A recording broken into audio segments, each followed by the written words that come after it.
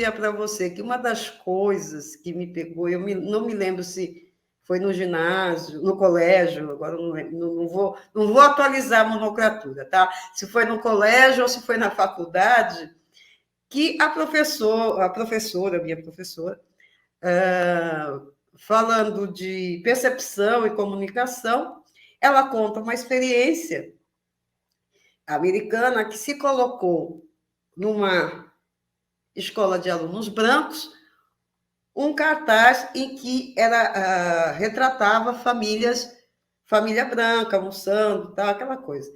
E depois tiraram o cartaz e pediram para os alunos descreverem o cartaz.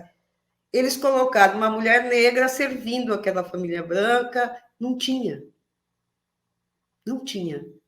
No cartaz não tinha. Então, era minha professora Salete, de psicologia social. Aí, assim, lembrei agora. Aí ela dizia o que ficava interiorizado a partir de mensagens que são passadas para a gente desde criança. E a nossa vida de negros brasileiros é cheio disso, no banco escolar, quando se diz assim, senhores de escravo castigavam os negros, fujões negros que roubaram. Não eram os senhores de escravo. Eles eram uns usurpadores, estupradores, flageladores, e não tem uma visão crítica disso. Naquele momento, existe a glória e a desglória. Então, eu posso, e isso fica, sabe? Isso fica no conto Fernando Sabino. Então, no conto não, na crônica.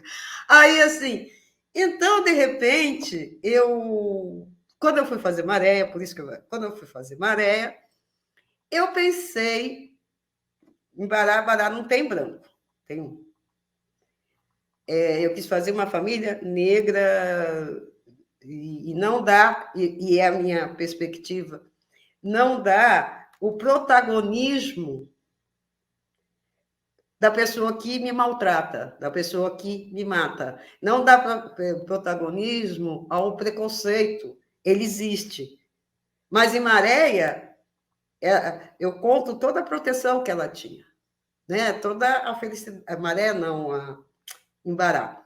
Em Maréia, eu quis fazer exatamente ao contrário. Porque eu sou autocrítica, eu sou crítica da literatura que nós fazemos e sou autocrítica da minha literatura junto com a literatura que nós fazemos, a literatura negra. Então, eu falei, esse negócio de morrer no final, essa coisa, e tem as suas mensagens, mas eu quero fazer outra coisa. E a ideia é que a gente sempre esteja, a personagem negra esteja em primeiro plano, nem que seja para morrer no final. Aí, assim, porque tem um recado, ela teve uma vida até ali. Aí, assim, mas eu falei, agora não. E eu brigava, né? Eu falava, não, se a gente faz o preconceito racial, a gente está falando do branco, porque foi eles que cortaram o nosso seio, foi eles que nos raptaram, eu sou bem doida, né? Aí, assim, então, eu não quero falar deles, eu quero falar de mim. Quando a gente fala que está falando de mim, a gente está falando que eles fizeram com a gente, eu não quero mais isso. E aí eu fiz Bará. Depois eu falei, não, eu vou retomar uma coisa. Eles fizeram, mas eles não são o que contam para a gente. E Bará foi em cima de memórias afetivas, de as personagens que eu lembrava, porque eu morei num bairro daquela forma, de Bará. Então, dos personagens que eu lembrava, que inventei, sei lá, quando eu era criança e tal, e ficou, sabe, eu escrevi 7 meses.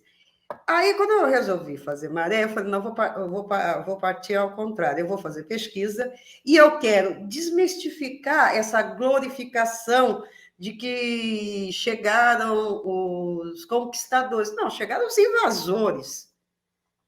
Aí eu fui assistir alguns filmes, assisti o filme do Colombo, que ele corta a mão do índio e é dado como glória, só que eu leio ao contrário, que glória tem cortar a mão de um da terra, de um originário, né?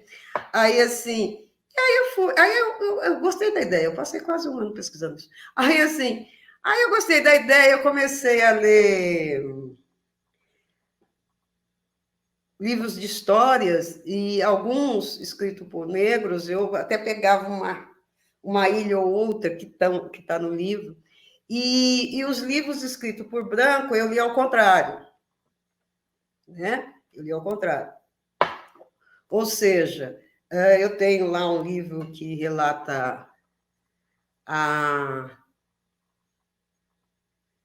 Tá bom. Aí, assim, então, eu que relata quando, assim, numa fazenda, etc. e tal, aí os escravizados estavam lá e tal.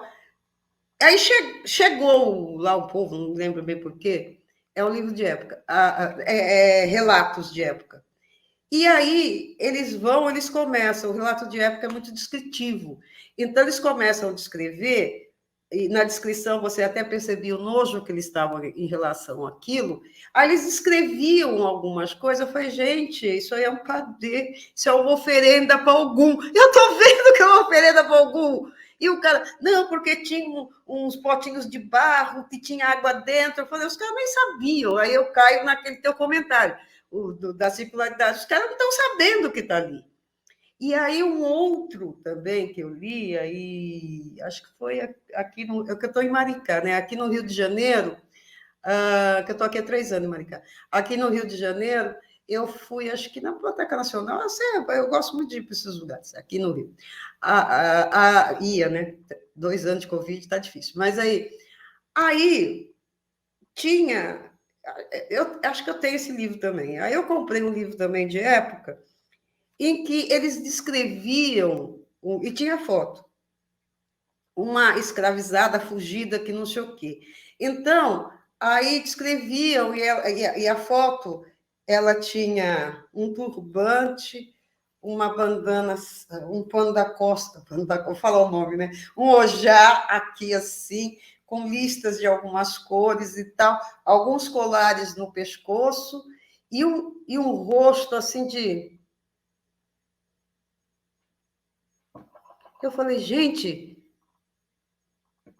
ela tem uma posição. Eu olhando a foto e lendo a descrição, fugiu e etc. Tal. Aí, assim, ela tem uma posição hierárquica dentro da religião. Eles não sabem.